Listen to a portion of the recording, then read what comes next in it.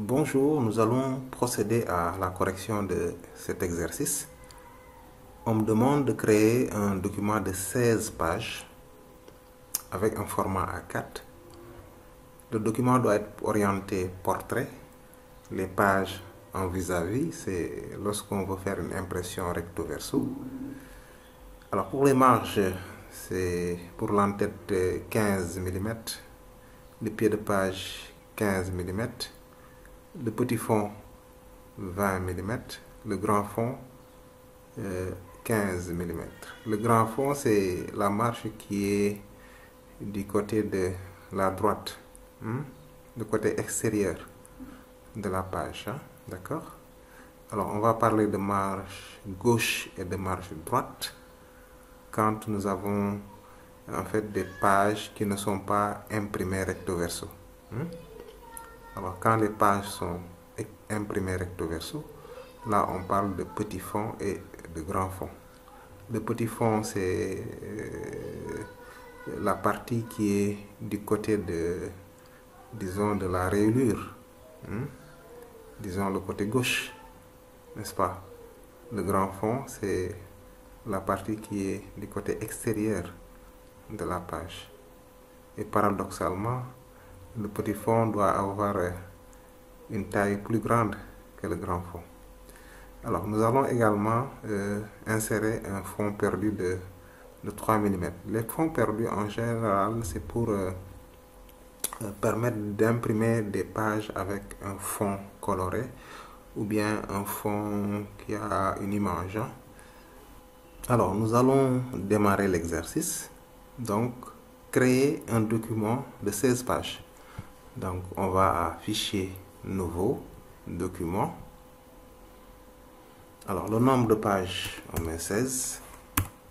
Le format, c'est le format A4. On a d'autres formats. Ok.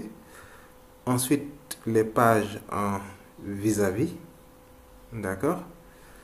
Alors, numéro de la page, de la première page, on laisse la valeur par défaut. Ensuite, on me dit pour l'orientation, ça doit être portrait. Très bien. Pour les marges, on va vérifier. Alors, la marge d'en-tête, donc on va briser la chaîne pour pouvoir donner des valeurs différentes aux marges. Donc, on me dit 15, 15 pour le pied de page, 20 pour le petit fond et 15 pour le grand fond. Très bien. Alors, on va mettre un fond perdu de 3 mm. Voilà, 3 mm. Très bien. Et on clique sur OK. Voilà. Donc, si on regarde alors le panneau page, là, on va retrouver nos différentes pages. Voilà. Nos 16 pages. Voilà. Les pages qui sont à droite, c'est les pages impaires. Les pages qui sont à gauche, c'est les pages paires. Voilà. Donc, on continue l'exercice. Donc, pour la première partie, c'est terminé. Maintenant, on me demande de numéroter les pages et de commencer la numérotation à 10. Ok, donc on y va.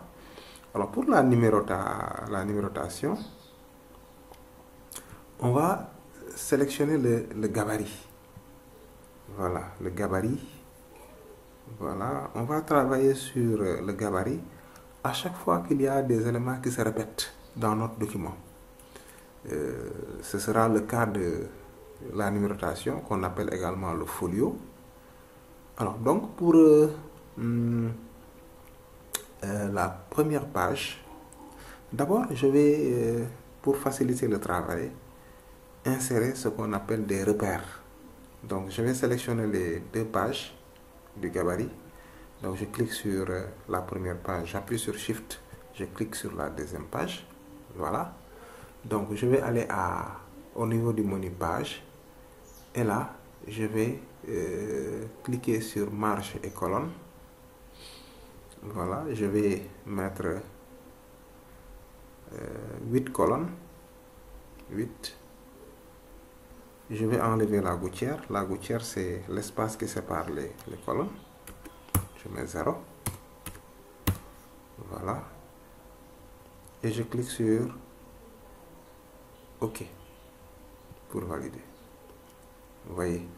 Donc, au niveau de la première page de mon gabarit, voilà ce que j'ai. Au niveau de la deuxième page également, c'est la même chose que j'ai. Hein? Donc, je vais réduire ces panneaux pour mieux voir. Voilà. Très bien.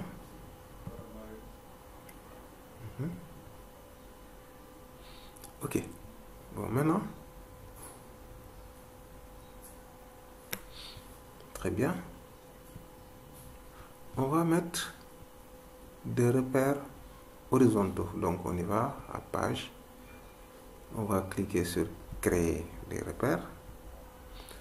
Alors, on va choisir le nombre de rangées. On va mettre 6. 6 rangées avec une gouttière nulle. Voilà, en aperçu. Vous voyez ce que j'ai. Maintenant, je vais demander, vous voyez que le repère n'est pas aligné à la marge. Je vais demander à ce que ces repères-là soient alignés aux marges. Voilà, très bien. Et on clique sur OK. Vous voyez que c'est bien aligné à la marge. On clique sur OK. Alors, ces repères-là vont me permettre de bien disposer les blocs au niveau de mon document. Donc, c'est bon. Maintenant, je pourrais, à ce niveau-là, insérer les numéros des pages. Donc, pour ça, je vais insérer un bloc texte à ce niveau. Voilà, c'est ici que je vais mettre mon numéro. Très bien. Ensuite, je vais aller au niveau du menu texte. Cliquer sur insérer un caractère spécial. Ensuite, je me déplace jusqu'à marque et je vais dire numéro de page active. Voilà. Et si on fait un petit zoom ici, vous allez voir un grand A apparaître. Ce grand A là, en fait, c'est le A du gabarit qui est actuellement utilisé.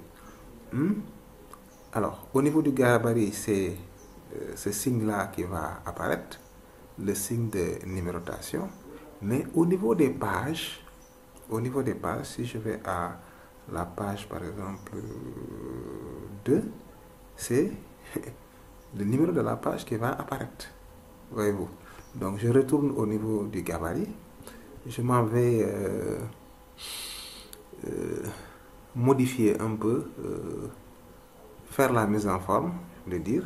Donc, pour ça, je vais cliquer sur le A qui est ici.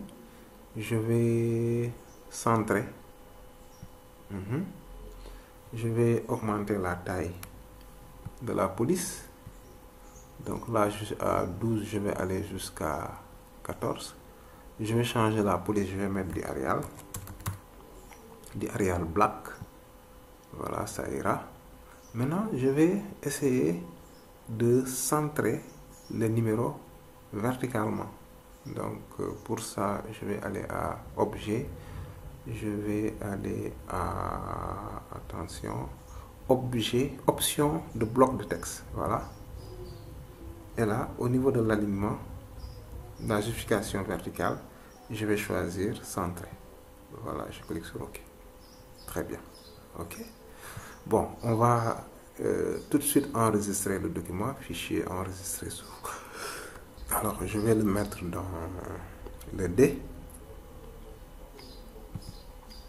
dans Données et dans Exercice InDesign. Et là, je vais l'appeler magazine. J'enregistre. Très bien. Donc, si je vais dans les différentes pages de mon document, je peux le faire en utilisant le panneau page. Je peux également cliquer ici. Voilà, j'ai les différentes pages. Voilà, le numéro 4. La page 13, bon, qui se trouve de l'autre côté, puisque c'est une page impaire. Attention. Pour le moment, les pages impaires ne sont pas numérotées. Pourquoi? Tout simplement parce qu'au niveau de mon gabarit, je n'ai pas numéroté la page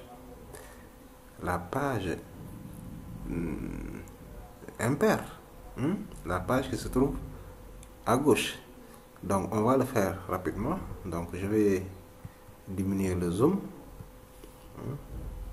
Je vais faire un zoom moins en appuyant sur la touche Alt. Voilà, ou bien je fais un double clic sur la main. Très bien. Maintenant, ça va me permettre de voir l'intégralité de ma page. Ce que je vais faire, c'est tout simplement copier ce bloc en appuyant sur la touche Alt. Je fais un cliquer et je glisse.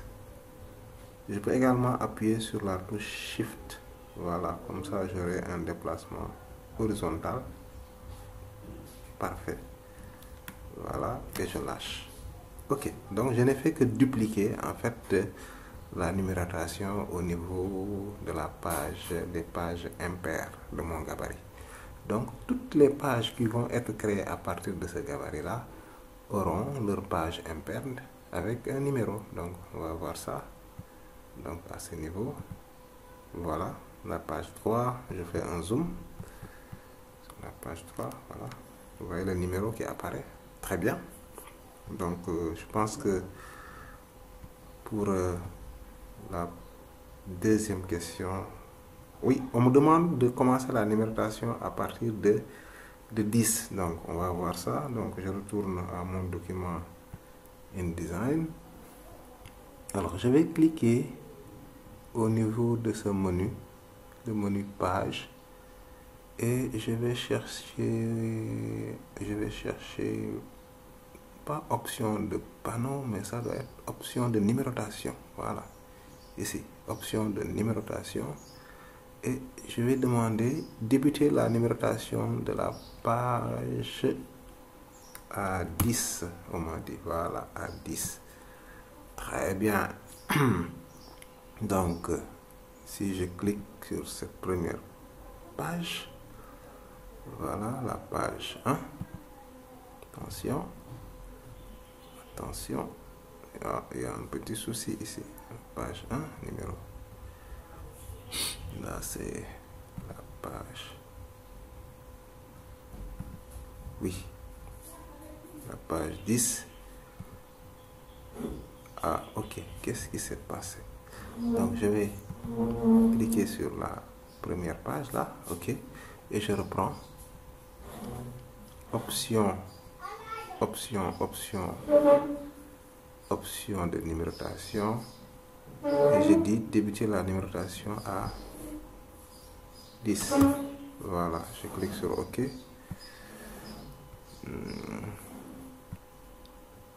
Voilà, je pense que c'est bon maintenant. 10, 11.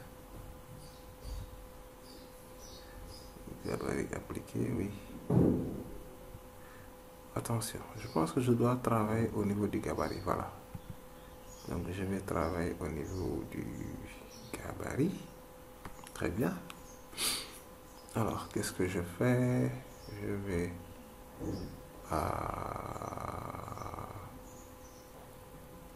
je sais plus. Bon, je vérifie, hein. Donc ça va être bon. Oui, c'est bon. Jusque là, c'est bon. Mais là, il y a un petit souci quand même. Il y a un petit souci qu'on va essayer de comprendre.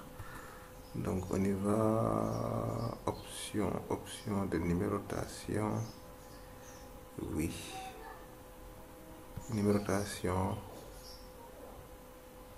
on fait automatique pour voir, on dit OK. Oui, là ça marche. Donc c'est bon. Donc là c'est bon. La page 10, la page 11, la page 12, la page 13, ainsi de suite. Très bien. Donc c'est réglé. Donc question numéro 2. Donc on va appliquer cette couleur là de fond